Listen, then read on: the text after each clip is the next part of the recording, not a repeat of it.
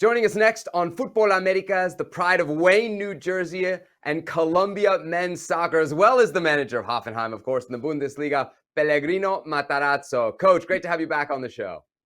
Nice to be here. Nice to see you.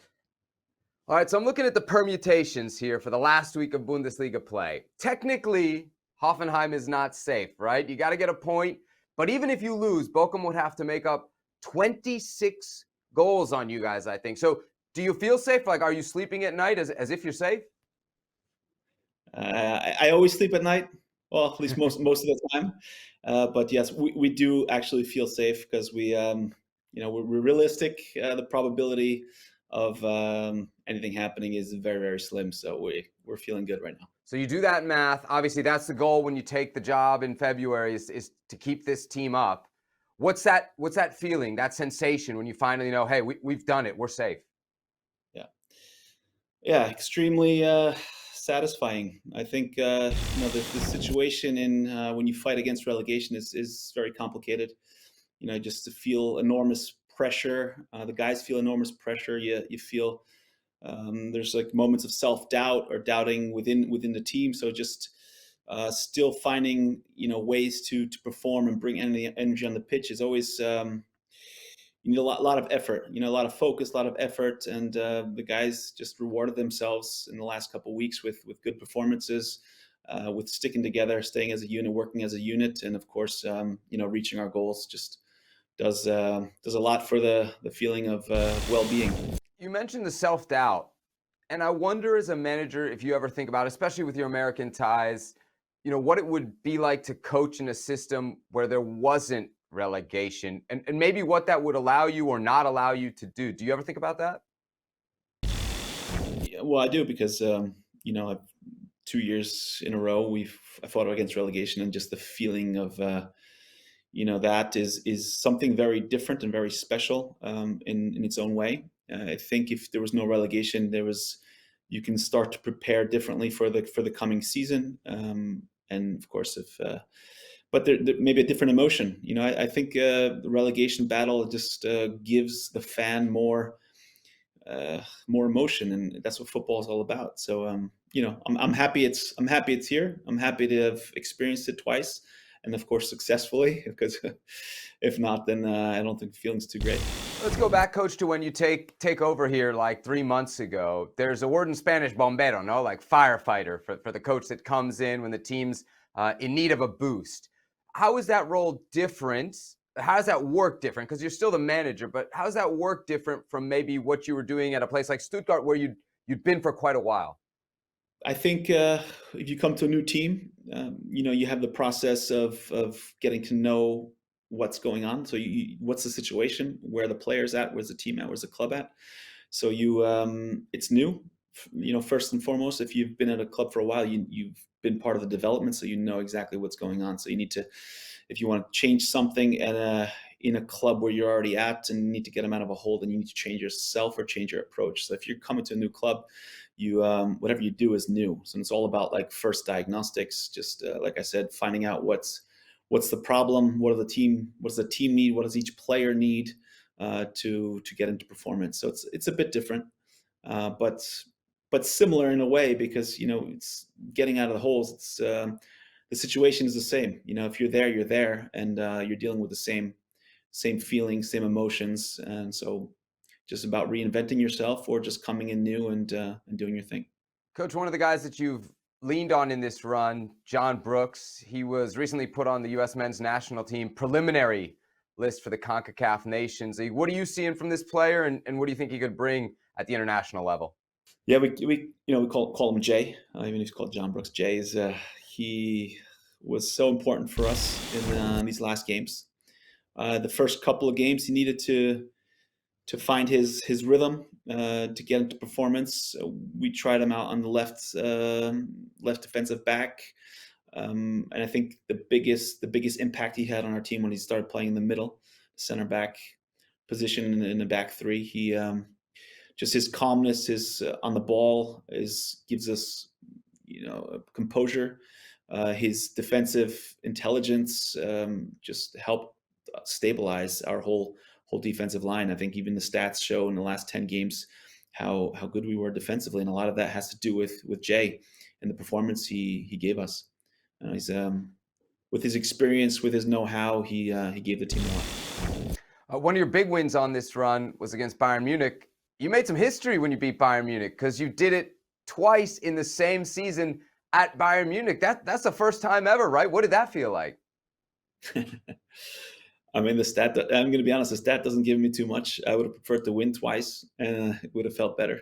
But you know, that was just the confirmation of what the guys had been doing even the weeks before, and the path we're on. So I think that game was just a confirmation of we were going and the performance we were bringing. For me personally, the stat doesn't mean too much. Yeah. I had to bring that up because I want to ask you about the Bundesliga title race, and you seem to have had a huge influence on it. We talked, I think, in one of our interviews, maybe even last season, about whether Bayern's dominance in the Bundesliga was kind of good for German football or bad for German football. Now they got some competition. What do you make of the title race that's about to be decided this weekend? Oh, it's of course it's super interesting, and it helps the league and makes it more and more attractive. I think this year in the Bundesliga is whether it's the fight for the title or even the relegation fight. Everything's been so close.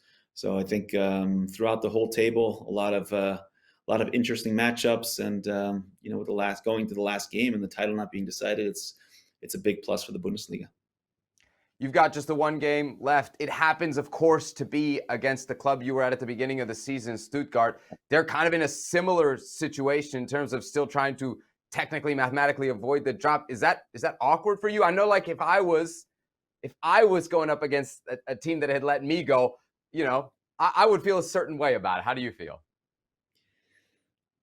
No, not really. I mean, what I feel is a little excitement to be there again, to see familiar faces, people I've worked with for 3 years, and like very intensely. That's certainly very, very nice. We're going there, of course, very professionally. We're going to win. We play to win, even if, um, regardless of the results, we most probably would be staying in the league, but we still play to win.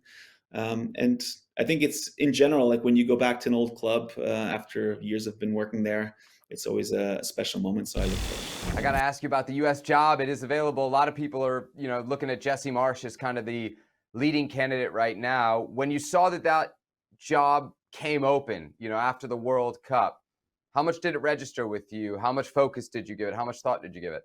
Oh,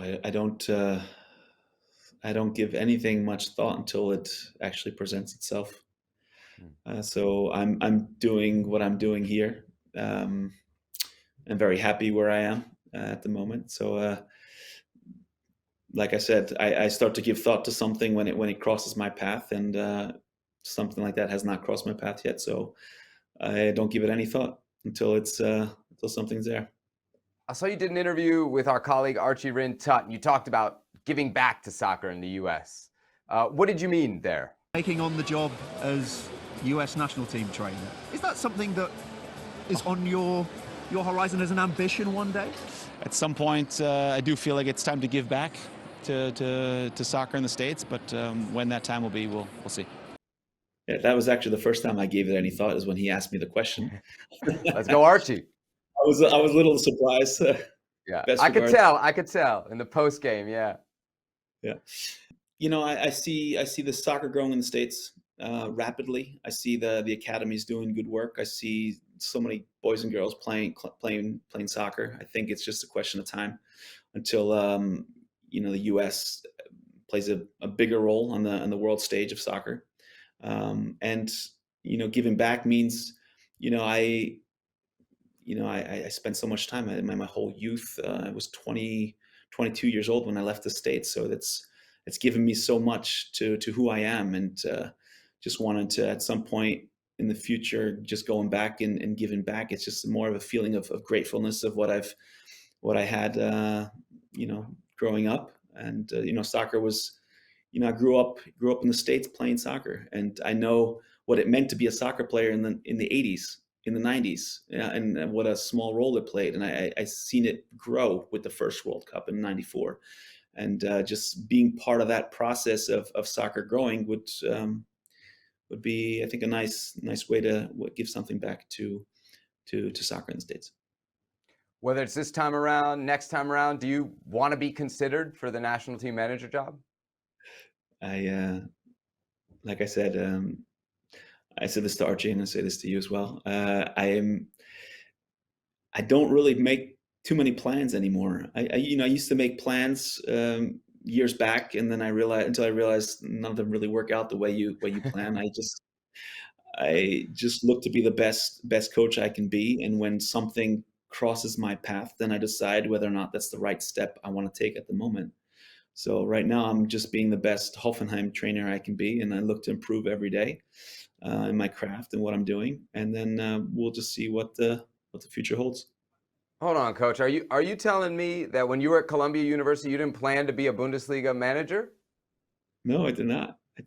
I knew I wanted to play football. I knew the passion for soccer was too big to step into the business world. So that's why I came over to Europe. So there was some driving force behind my decision making, which wasn't really too conscious of, but it had to do with that passion for the game. And so I am where I am now because of that passion. But not making plans anymore. Absolutely. All right. Well, listen, congratulations. I don't want to say on keeping Hoffenheim up. Technically, it hasn't happened yet. But look, 26 goals, coach. You're safe. Pop the bottles. Enjoy the weekend. Enjoy the game against Stuttgart as well. Great to have you here on Futbol Americas, and enjoy the off season. You've earned it. Thank you. Thank you very much. It was nice to see you again. And take care. All the best. Thanks, coach. All right. Well, thank you very much for watching ESPN on YouTube. For more sports highlights and analysis, be sure to download the ESPN app. And for live streaming, premium content, and let's not forget as well, ESPN FC 7 days a week. Subscribe to ESPN Plus.